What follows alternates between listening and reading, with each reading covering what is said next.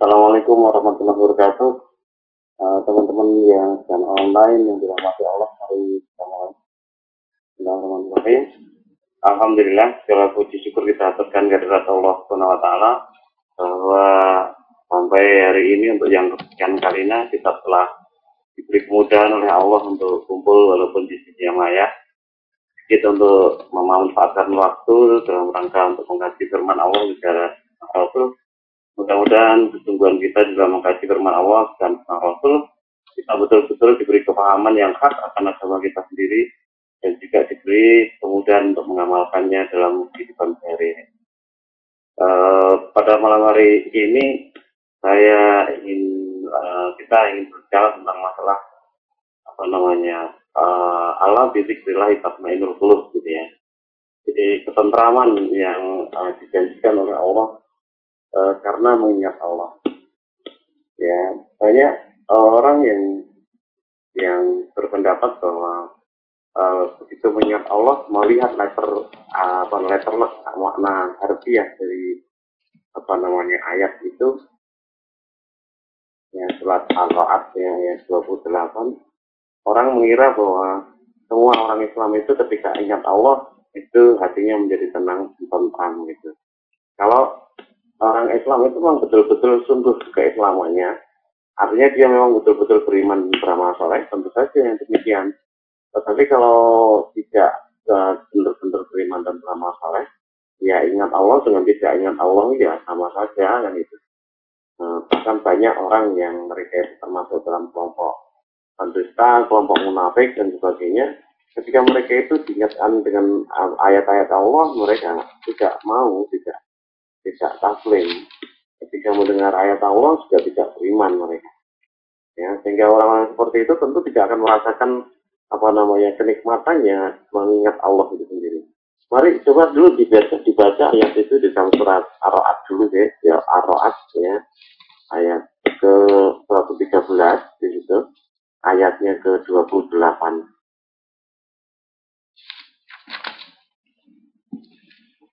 Quran surat Ar-Ra'd ayat 28.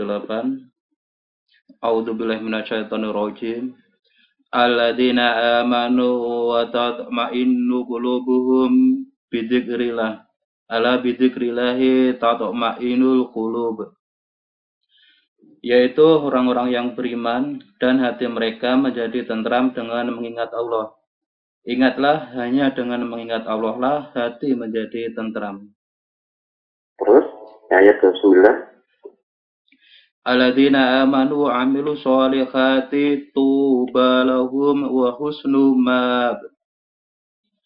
Orang-orang yang beriman dan beramal soleh, bagi mereka kebahagiaan dan tempat kembali yang baik. Iya. Artinya orang-orang yang memang dia beriman, tatma'innu qulubuhum bidzikrillah, akan tenang tentram hatinya mengingat Allah. Kenapa begitu? Karena ayat 27 di akhir ayat itu tentang pertobatan. Orang yang beriman, dia mau kesalahan kemudian bertobat, dia yakin bahwa pertobatannya itu akan menghadirkan ampunan. Dosa-dosa dan kesalahan yang telah dia lakukan yang akan diampuni oleh Allah, akan dihapus oleh Allah, sehingga mendatangkan ketenangan, ya, ketentraman bagi dirinya. Kemudian di akhir ayat 28 masuk ayat ke-29 itu diulang lagi. Nah di situ untuk orang-orang yang beriman dan beramal soleh. Tentu saja orang-orang beriman dan beramal soleh itu dia akan bahagia dengan mengingat Allah, karena dia akan ingat akan janji-janji Allah. Janji Allah yang Allah mewajibkan dirinya untuk menolong orang mukmin. Janji Allah yang berjanji untuk memberikan pertolongan kepada orang yang menolong agama Allah. Janji Allah yang akan memberikan pahala yang berlipat ganda kepada orang yang beramal soleh, beriman dan beramal soleh. Janji Allah yang akan memberikan surga dengan kebahagiaan selama-lamanya di akhirat nanti dan sebagainya. Itu tentu saja akan mendatangkan kebahagiaan, dan itu akan mendatangkan ketentraman bagi diri orang beriman sendiri. Nah, oleh karena itu teman-teman yang berbahagia, kalau kita memang ingin hidup kita itu tenang tentram, ya syaratnya satu saja, yaitu jadilah kita betul-betul orang yang beriman dan beramal soleh. Nah, kalau kita bicara tentang beriman dan beramal soleh, itu memang betul, berimannya betul, memang betul-betul beriman. Orang beriman itu apa namanya, betul-betul amat sangat cinta kepada Allah, gitu ya. Di dalam surat Al-Baqarah ayat 165 itu dijelaskan auzubillahi minasyaitonir rajim wa minan nasi mayattakhidhu min dunillahi andada yuhibbunahum ka hubbillah walladzina amanu asyaddu hubban lillah dan seterusnya. Coba dibaca, Mas. Quran surat Al-Baqarah ayat 165. Ya. Wa minan nasi may yattaqidu min dunillahi andadan yuhibbunahum ka hubbillah waladina amanu asaddu hubbalillah walau yara ladina dhulamu id yarawnal adab anal quwwata lillahi jami'ah wa anallaha sadidul adab. Ya. Dan di antara manusia ada orang-orang yang menyembah tandingan-tandingan selain Allah. Mereka mencintainya sebagaimana mereka mencintai Allah. Adapun orang-orang yang beriman sangat cinta kepada Allah. Dan jika seandainya orang-orang yang berbuat dolim itu mengetahui ketika mereka melihat siksa pada hari kiamat, bahwa kekuatan itu kepunyaan Allah semuanya, dan bahwa Allah amat berat sisaannya, niscaya mereka menyesal. Ya, jadi di awal ayat itu Allah mengungkapkan bahwa ada sekelompok manusia wa minan nas mayattakhidhu min dunillahi andada, ya, ada sekelompok manusia yang dia menjadikan sesuatu selain Allah itu sebagai tandingan Allah. Artinya dia menyembah Allah, tetapi dia juga menyembah yang lain. Mungkin yang lain itu bisa berwujud istri atau suami, atau harta, atau pangkat, atau kedudukan, jabatan, dan sebagainya. Itu bisa saja. Ya, jadi diungkapkan di situ mereka mencintai tandingan Allah itu kahubbillah, seperti mereka itu seperti mencintai Allah gitu. Kahubbillah, seperti mencintai Allah gitu. Tidak ada orang yang amat sangat cinta kepada harta sehingga akhirnya tidak juli halal haram untuk mencari harta tadi. Nah, sementara dia masih tetap sholat, gitu. Ya, artinya dia tetap sholat, taat kepada Allah, cinta kepada Allah, tetapi dia berbuat maksiat karena taatnya kepada harta dunia, karena cintanya kepada harta dunia. Gitu. Tetapi digariskan ada sekelompok manusia lain, walladzina amanu asyaddu hubban lillah. Akan tetapi orang-orang yang beriman itu asyaddu hubban lillah, amat sangat cintanya kepada Allah. Gitu. Nah, harusnya kita sebagai orang yang beriman, itu cinta kita betul-betul membubung tinggi kepada Allah itu, sehingga ketika kita ingat akan Allah, ya, betul-betul tatmainul qulub, hati kita itu betul-betul tentram, penuh kebahagiaan karena adanya cinta kita kepada Allah tadi, gitu. Nah, sayang sekali banyak di antara umat Islam itu tidak bisa merasakan yang seperti itu, ya, karena hatinya sendiri dikotori dengan kemusyrikan. Nah, kalau kita kotori dengan kemusyrikan, ya bagaimana kita bisa memperoleh kenikmatan beragama itu sendiri? Bagaimana kita bisa merasakan tenang tenteramnya mengingat Allah? Tentu saja tidak. Yang menjadikan dirinya tenang, menjadikan dirinya tentram, kalau dia mendapat berita tentang rezeki yang banyak, mendapat undian, mendapat keuntungan yang besar, mendapat kenaikan pangkat dan sebagainya, itu berita-berita yang mendatangkan kebahagiaan bagi dia. Tetapi ketahuilah kalau kita mempunyai watak atau sifat atau perasaan atau pemikiran yang seperti itu, pola hidup seperti itu, ya ketahuilah bahwa itu adalah pola hidupnya orang materialis, ya gitu. Nah, orang materialis itu sama dengan sekuler. Sekuler itu nenek moyangnya materialis, hedon, kapitalis, ateis, itu semuanya nenek moyangnya itu ada pada sekuler itu. Nah, Islam berbeda dengan sekuler. Orang sekuler itu orang yang memang hidupnya berorientasi dunia, tetapi Islam mengajarkan kita untuk berorientasi akhirat, gitu. Ya. Nah, terbaik sekali kalau kita menjadi orang Islam kok malah justru orientasi kita duniawi, ya, sekuler kan itu. Sekuler itu adalah dunia. Jadi Jangan sampai kita itu tertipu oleh dunia ini. Memang dunia diciptakan untuk menipu kita kan gitu. Antara lain gitu. Dunia itu menipu kan gitu. Bagian kesenangan, pangkat, jabatan itu menipu. Bisa menipu kita sehingga menjadi kita menomor dua akan akhirat daripada dunia. Pada dunia ini kan tidak lama ya, sebentar saja kita hidup di sini 60, 70, 80 tahun sudah selesai ya. Saya kira tidak ada di antara kita yang berangan-angan hidup sampai 200 tahun begitu ya. Tidak ada saya kira.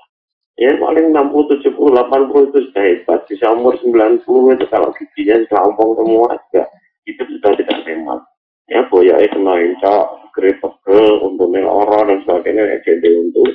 Aku pengen kalau terbudak begitu, kalau lewat karpet kepingin, tapi sudah tidak punya kemampuan. Nah, malas pokoknya, nah, itu sampai tua seperti itu. Jadi bagi orang Islam tidak perlu kita repot-repot gitu ya. Hidup tidak harus panjang atau pendek, yang penting dalam keadaan iman dan amal saleh. Ketika mati dalam keadaan husnul khatimah, dia akan segera menikmati kebahagiaan yang kekal nanti di akhirat. Tentu saja dimulai dengan kenikmatan subur yang waktunya meskipun lama. Pengantin baru di alam kubur sana kan indah sekali seperti itu. Nah, teman-teman yang berbahagia, ayo kita nikmati kehidupan beragama ini betul-betul dengan memurnikan ketaatan kita kepada Allah, memurnikan tauhid kita. Jangan sampai tauhid kita dicampur oleh kesyirikan, kemusyrikan, ya. Jangan sampai apalagi jangan sampai kita tergoda atau terpaling pandangan kita kepada tauhid gitu. Dengan auzubillah min dzalik seperti itu. Nah, tentang orientasi itu ke akhirat, itu ya, itu akan mendatangkan kebaikan bagi kita semuanya. Kalau memang kita mencintai Allah, ya, kita mencintai akhirat, kita yakin kepada kehidupan akhirat, ya, kita cinta kepada akhirat, orientasi hidup kita ke akhirat, maka seluruh tutur kata dan perbuatan, bahkan pikiran pun akan diarahkan untuk mencapai keselamatan akhirat dan hidup. Ya. Jadi kalau memang orang itu mencintai Allah, mencintai akhir, mencintai hidup yang kekal selama-lamanya di akhirat nanti, tutur katanya pun ya akan dia atur supaya jangan sampai merugikan kehidupan akhiratnya. Jangan sampai dia tidak selamat di akhirat nanti. Ya, perbuatan juga begitu. Maka yang akan tumbuh dari sifat-sifat manusia, kalau dia itu memang mencintai akhirat, itu semuanya kebaikan. Harta pun dimanfaatkan untuk kebaikan. Pangkat jabatan pun juga akan dimanfaatkan untuk kebaikan. Dia punya mobil pun untuk pengajian, ya, untuk mengantar ke pengajian, dimanfaatkan untuk kebaikan, menolong tetangga dan sebagainya. Punya rumah pun, rumahnya juga digunakan untuk alkohol, untuk pengajian, kelompok dan sebagainya, atau pengajiannya sebagai umum, gelombang dan sebagainya. Ya, dia punya duit pun, ya, duit dimanfaatkan juga untuk fisabilillah. Ya, termasuk juga ketika sedekah untuk keluarga, untuk makan, minum, untuk beli pakaian, itu pun juga insya Allah ada nilainya di hadapan Allah kan gitu. Apalagi kalau dia punya kelebihan juga untuk betul-betul membantu saudara di sekitarnya, untuk membantu perjuangan fisabilillah ini dan sebagainya, itu akan indah sekali seperti itu. Ya, sedikit demi sedikit menabung kebaikan, akhirnya akan terbentuk kepribadian yang indah, yang baik. Ya. Tentu saja kisahnya seperti itu ya, karena kita betul-betul memahami akan lemahnya manusia, kecilnya manusia, dan besarnya Allah, kuatnya Allah, ya, menyadari akan sementara, akan kecil, akan menipu ya dunia, tetapi sebaliknya akhirat itu kekal, kebahagiaan dan kehidupan di sana itu adalah hak, ya, adalah hak, ya, betul-betul ada dan betul-betul benar apa yang diberitakan oleh Allah. Nah, mudah-mudahan yang sedikit ini teman-teman yang sekalian berbahagia bisa menggugah semangat kita kembali untuk bisa merasakan bagaimana hidup beragama dengan baik, yaitu hanya dengan cara beriman dan bersama soleh membersihkan hati kita itu dari syirik, betul-betul kita murnikan ketaatan kita kepada Allah dengan bertauhid. Jangan sampai kita mencintai segala sesuatu di dunia ini sama seperti kita mencintai Allah. Ya, Allah, Rasul dan jihad itu menjadi keutamaan di dalam cinta diri kita masing-masing dan berbagai kecintaan kepada hal-hal yang terkait dengan keduniaan ini itu sifatnya adalah nomor sekian. Gitu, Mas, barangkali ada sesuatu yang mau disampaikan, monggo waktu kita manfaatkan. Ya, terima kasih Ustaz. Ini ada pertanyaan yang mau dimintakan penjelasan Ustaz. Minta penjelasan dari surat Al-Mujadilah, surat ke-58, ayat yang terakhir Ustaz, ayat 22. Ya, mau dibaca. La tajidu qauman yu'minuna billahi wal yaumil akhiri yuwadduna man khadallaha wa rasulahu walau kanu aba'ahum aw abna'ahum aw ikhwanahum aw ashiratahum ulaika kataba fi qulubihimul imana wa ayyadahum bi ruhin minhu wa yudkhiluhum jannatin tajri min tahtihal anharu khalidina fiha radhiyallahu anhu wa radu'an ulaika hizbullah ala inna hizballahi humul muflihun, yang artinya kamu tidak akan mendapati suatu kaum yang beriman kepada Allah dan hari kiamat saling berkasih sayang dengan orang-orang yang menentang Allah dan Rasul-Nya. Ya, memang betul yang namanya hati itu yang bisa ditempati saja, ditempati oleh satu saja, cinta kepada Allah atau benci kepada Allah. Ya, itu saja. Nah, kemudian kalau ada seseorang yang mencintai Allah gitu ya, kemudian dia berinteraksi dengan orang yang membenci Allah gitu ya, maka interaksinya ya formal-formal saja. Tidak mungkin orang yang mencintai Allah itu senang kepada orang yang membenci Allah, karena tentu saja pemikiran, perkataan, perbuatannya selalu bertentangan dengan apa yang menjadi kehendak Allah. Nah, begitu juga orang yang dia itu membenci Allah gitu ya, dan Rasulnya tentu saja, dia tidak akan mencintai orang yang mencintai Allah dan Rasulnya. Di dalam hatinya yang ada benci ya benci, itu tidak bisa campur aduk seperti itu kan gitu. Nah, oleh karena itu kita mesti paham, harus ditarik garis di situ. Di dalam persahabatan orang Islam juga harus menarik garis gitu. Kalau kita dilarang untuk menjadikan kaum yang melecehkan agama itu menjadi teman setia, nah, menjadi wali, menjadi aulia dan sebagainya, tidak boleh seperti itu gitu. Nah, tidak akan ketemu. Nah, di dalam riwayat ya itu ada yang mengisahkan terkait dengan Abdullah bin Abdullah bin Ubay bin Salul. Abdullah bin Ubay bin Salul itu adalah tokoh munafik ya. Tokoh munafik orang tokoh di Mekah yang nama Islam tetapi dia dalam keadaan munafik, tetap dalam keadaan munafik. Nah, anaknya yang namanya Abdullah, artinya Abdullah bin Ubay bin Salul itu dia pemuda yang beriman. Nah, ketika mendengar bahwa bapaknya itu melecehkan Rasulullah, ya, berbicara tentang hal-hal yang negatif terhadap Rasulullah. Nah, Abdullah ini yang mencintai Rasulullah, dan Abdullah bin Saul yang ternyata munafik itu sebenarnya tidak suka kepada Rasulullah dan sebagainya. Itu kemudian Abdullah bin Ubay bin Saul muncul kemarahannya. Ya, Abdullah bin Ubay bin Saul, seorang pemuda yang bersemangat Islam tinggi itu, kemudian suatu hari dia mencegat bapaknya di tengah pintu. Ya, bapaknya tidak diperbolehkan masuk ke dalam rumah. Ya, sebelum mendapat izin Rasulullah. Ya, dia harus mendatangi Rasulullah dulu. Ya, maksudnya juga supaya memberikan maaf atas kesalahannya, mungkin seperti itu dan bertobat. Ya, saya minta izin Rasulullah dulu, baru diperbolehkan. Nah, ada riwayat lain yang mengatakan bahwa yang terjadi kaitannya dengan yang Bakar itu orangnya lemah lembut, kecintaannya kepada Rasulullah sangat tinggi, ya. Akan tetapi bapaknya itu seorang yang tidak mencintai Rasulullah. Nah, Abu Bakar yang begitu lemah lembut pun bisa naik pinta marah kepada bapaknya, nggak menyerang bapaknya, ya, gara-gara bapaknya melecehkan Rasulullah itu kan itu. Nah, di sisi lain banyak kita jumpai kisah orang-orang yang membenci Islam itu, mereka membuat makar, mereka membuat langkah-langkah negatif, ya, menyerang bahkan mengancam membunuh kepada orang yang baik dan sebagainya. Tapi ini bicara sebaliknya, orang yang mencintai Allah Rasulnya tidak akan bertemu artinya bersama orang yang membenci Allah. Terus meskipun orang-orang itu bapak-bapak atau anak-anak, atau saudara-saudara, ataupun keluarga mereka. Mereka itulah... Ya, itu penjelasan tadi tentang Abdullah bin Ubay bin Salul dan Abdullah bin Salul, dan juga Abu Bakar dengan bapaknya sendiri. Terus, mereka itulah orang-orang yang Allah telah menanamkan keimanan dalam hati mereka dan menguatkan mereka dengan pertolongannya yang datang daripadanya. Ya, itu harus disyukuri seperti itu. Jadi kalau di dalam hati kita itu ternyata betul-betul sudah tumbuh rasa cinta kita kepada Allah, rasa bela kita kepada Allah, gitu ya.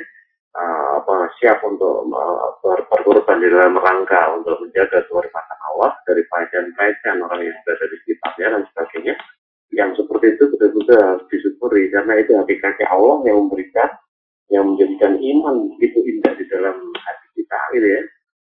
Dan menjadikan kekafiran itu sebagai sesuatu yang kita benci gitu. Di dalam surat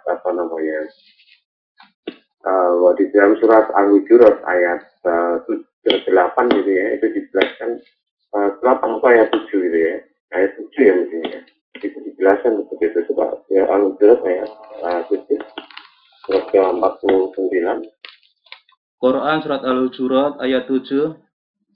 Wa'lamu anna fiikum Rasulullah la yuti'ukum fi katsirin minal amri anittum walakinallaha habbaba ilaikumul imana wa zayyanahu fi qulubikum wa karraha ilaikumul kufra wal fusuqa wal isyan ulaika humur rasyidun. Dan ketahuilah olehmu bahwa di kalangan kamu ada Rasulullah.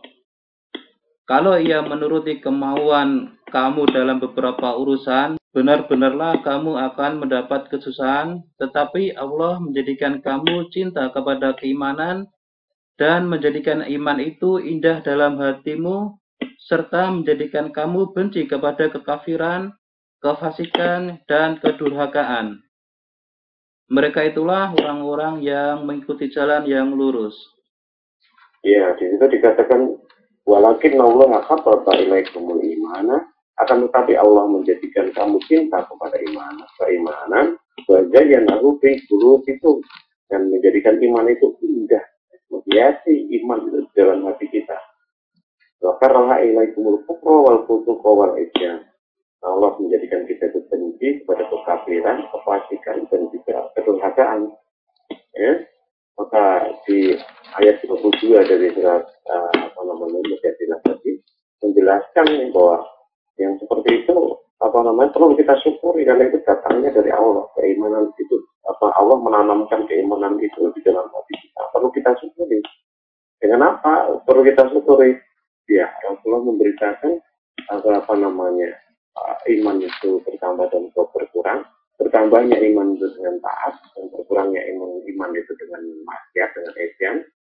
Maka kita perlu mensyukurinya dengan menambah ketaatan, dengan meningkatkan ketaatan kita kepada Allah agar iman kita juga semakin bertambah. Setelah ditanam di dalam hati kita, ya agar tumbuh subur keimanan di dalam diri kita masing-masing itu, ya perlu kita tumbuhkan dengan senantiasa menjaga diri agar kita taat kepada Allah kan gitu. Terus dan dimasukkannya mereka ke dalam surga yang mengalir di bawahnya sungai-sungai. Mereka kekal di dalamnya.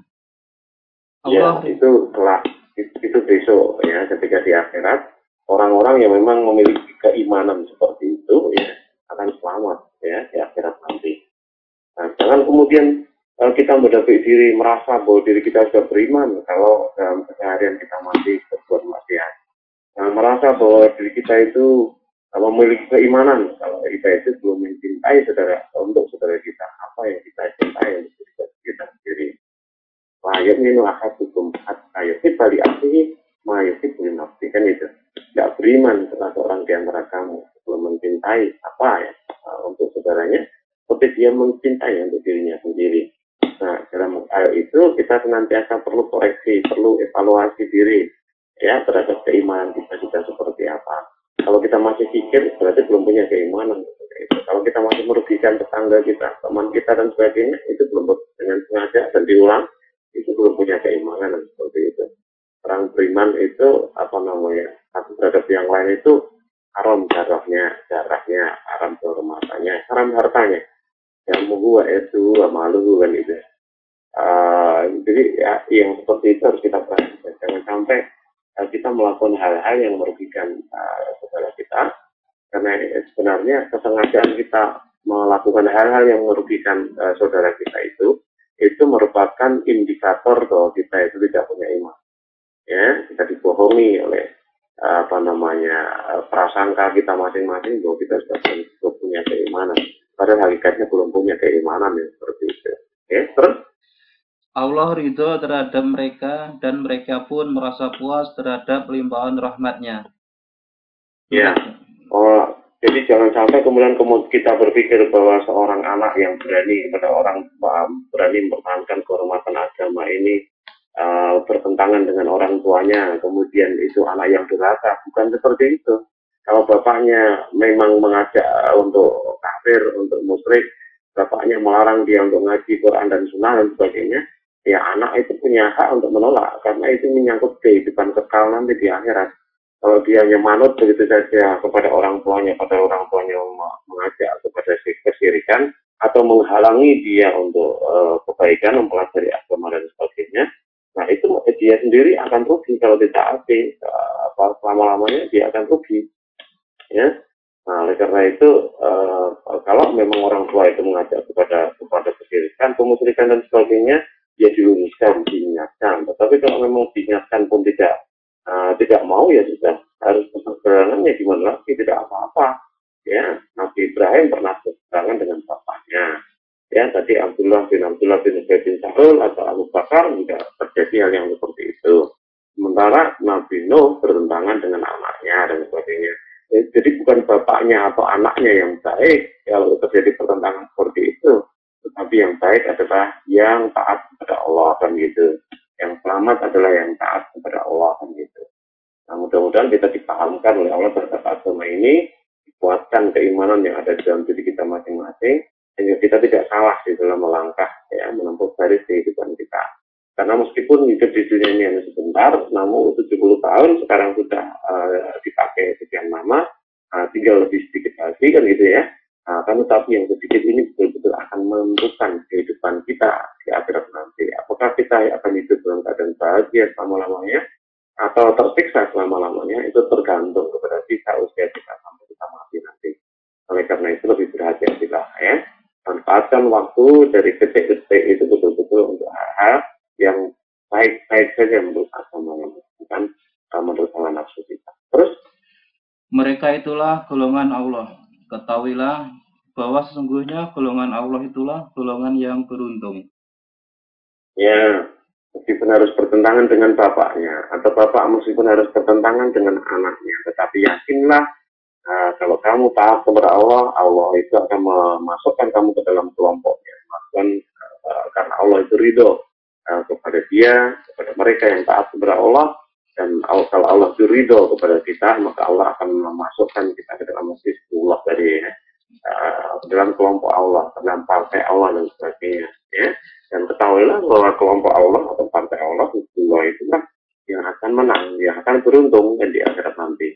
Ya mungkin orang-orang yang bermaksiat di dunia ini bisa kaya raya, mungkin orang yang banyak bermaksiat tentang Allah dan sebagainya di dunia ini menjadi penguasa. Akan tetapi kekuasaannya, kaya rayanya itu hanya sebentar saja di dunia ini. Nah, nanti ketika dia kena gempa dan sebagainya, baru terbelalak matanya. Ketika dia wilayahnya ditimpa tsunami atau banjir bandang dan sebagainya, baru dia terbelalak merasakannya. Ketika bumi yang dia injak bergetar dan akhirnya terjadi tanah longsor atau gempa yang dahsyat dan sebagainya, baru dia akan menyadari bahwa dirinya lemah, dirinya kecil, dan yang dia butuhkan adalah pertolongan Allah. Ya, ketika dia megap-megap di dalam air karena mau tenggelam mati, karena telan ombak mati, ditelan banjir dan sebagainya, dia akan lari menuhankan Allah saja. Tidak ada pertolongan kecuali yang datang dari Allah saja. Nah, kita harus berjaga terhadap hal yang seperti itu. Nah, mudah-mudahan dengan begitu kita bisa selamat di akhir hayat kita nanti menjadi orang yang justru bagaimana gitu. Begitu kurang lebih penjelasannya di dalam ayat 22. Atau barangkali ada sesuatu yang khusus yang mau ditanyakan tentang itu, boleh saja, silakan. Ya, terima kasih Ustadz untuk panjang lebar penjelasannya pada ayat tersebut. Ini ada pertanyaan lain Ustadz. Ya, mau silakan. Di dalam surat Al-Baqarah ayat 143, di sana ada kata wasato. Wasato di sini diartikan umat yang adil. Tapi ada juga yang mengartikan umat pertengahan. Minta penjelasan tentang hal ini, Ustaz. Ya, tolong dibaca terjemahannya aja. Quran surat Al-Baqarah ayat 143.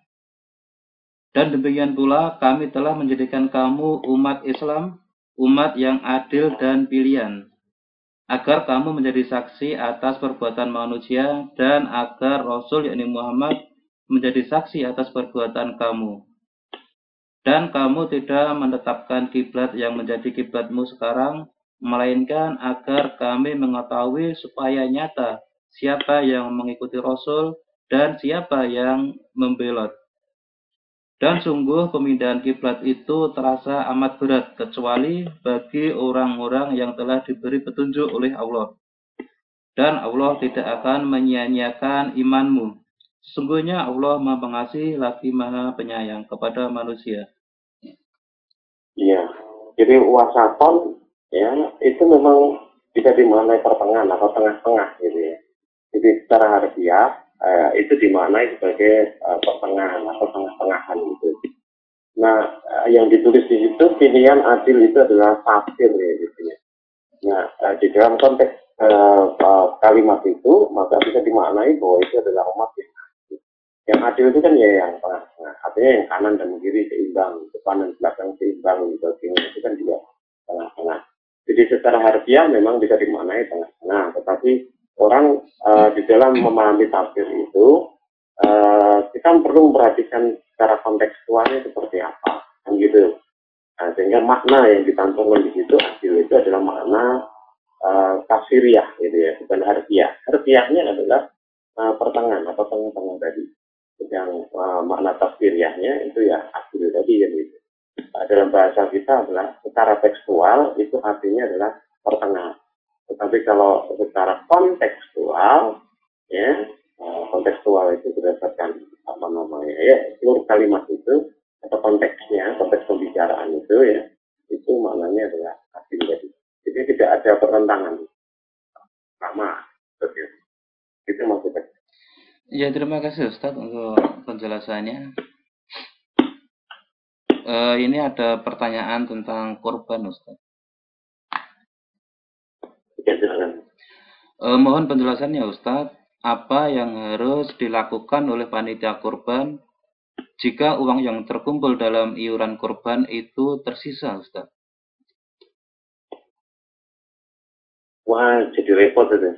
Kalau memang keadaannya terjadi sisa, tidak bisa diperbuat apa-apa, maka sisanya itu nanti dimanfaatkan untuk korban tahun berikutnya. Nah, pripun mungkin pernah panitia ini mati harus ngerti panitia kan tidak hanya seorang asal tim gitu ya. Maka kalau memang betul-betul terpaksa itu ada sisa, kalau bisa jangan ada sisa, nanti semuanya ditukok pengen kambing dan sapi dan sebagainya itu kan gitu. Sedang untuk biaya operasional, untuk penyembelihnya, untuk makan pegawai dan pekerja dan sebagainya teman-teman itu ya diambilkan dari upah ya. Penyembelih orang yang berkorban sebagai berkorban itu kan biasanya juga menyerahkan ongkos penyembelihan dan sebagainya. Maka untuk uang operasional ya menggunakan ongkos itu gitu. Nah, kalau uangnya yang sisa itu cukup banyak, kemudian bisa ditomboi di antara beberapa orang yang ada di itu dengan uang pribadi, atau bisa ditomboi dengan uang uang ongkos penyembelihan dan sebagainya untuk dibelikan seekor kambing, disembelih lagi, itu baik-baik saja. Ya, itu lebih afdal namanya seperti itu daripada ditunggu tahun depan gitu. Jadi umpamanya harga kambing yang memang sudah memenuhi syarat sebagai binatang kurban itu umpamanya 800.000. Kemudian sisanya ada tersisa uang 500.000. Ya, saya kira tidak keberatan untuk mencarikan 300.000 di antara para panitia itu. Biasakan untuk berusaha fisabilillah mengeluarkan harta untuk tolong saudaranya menyelamatkan uang itu agar betul-betul menjadi uang korban dan tidak jadi korban dan sebagainya. Nah yang seperti itu harus menjadi pikiran panitia. Jangan sampai panitia itu yang dipikir menggulai untungnya dan sebagainya. Ya, itu kan untung dunia kan sama apa-apa nih. Nanti besok aja sudah hilang habis. Dunia itu kecil, seluruh dunia seisinya itu tidak lebih berharga daripada helai sayap nyamuk kan di hadapan Allah dan sebagainya. Maka 100.000 satu orang dia keluarkan, 3 orang panitia mengeluarkan 300.000 untuk nombok yang 500, ya beres jadi modus nanti ya. Apalagi kalau panitianya 10, kekurangannya 300.000, panitianya 10, kelompok ya Urman. Jangan kemudian yang dipikir kayak duitnya metu kelompok ya, waduh kalong kelompok ya, jangan begitu. Tetapi kesempatan untuk mendapatkan pahala Allah itu loh yang perlu kita tanamkan dalam diri kita mas. Nah yang seperti itu hanya enteng bagi orang-orang yang memang dia itu orientasi hidupnya ukrawi, orientasi hidup kepada akhirat. Dia akan enak, senang, itu dia tidak akan terima dengan 30 ngomong pulang apa saya tak bayar deh, akan begitu. Atau dia memberikan kesempatan pada teman-teman yang lainnya, aku takut yo, ya coba dengan orang atau nanti yang lain akan dia satu terlalu aku ketangguh sesuai dengan kemampuannya. Nah suasana seperti itu perlu dibangun di mana-mana, ya. Di dalam berbagai kesempatan ya. Harus ada orang yang mau melopori seperti itu. Jadi ketika melihat ini uangnya sisa 500 kurang 300 ya. Nah, harus ada orang di situ yang mau melopori untuk menggerakkan teman-teman yang lain mengeluarkan sebagian rezeki Allah yang dia dititipkan oleh Allah padanya untuk tidak membuat supaya terkasih. Itu mas. Jadi ada 2 cara. Yang pertama langsung ditombok oleh panitia. Jangan pikir-pikir karena panitia itu rezekinya juga ditanggung oleh Allah, diberi oleh Allah, dititipi oleh Allah, kan itu ya. Kemudian cara yang kedua adalah tunggu untuk korban tahun yang akan datang. Begitu, Mas. Ya, terima kasih Ustaz. Untuk sementara sudah tidak ada pertanyaan yang masuk lagi Ustaz. Iya, waktunya jam berapa ini sudah selesai? Ya, sudah jam 8. Jam 8 ya? Iya. Orang kosong di campur. Kalau begitu kita akhiri, mudah-mudahan ya sedikit ini mendatangkan manfaat bagi kita semuanya. Kurang lebihnya dan minta maaf, mari kita akhiri. Alhamdulillah. Assalamualaikum warahmatullahi wabarakatuh.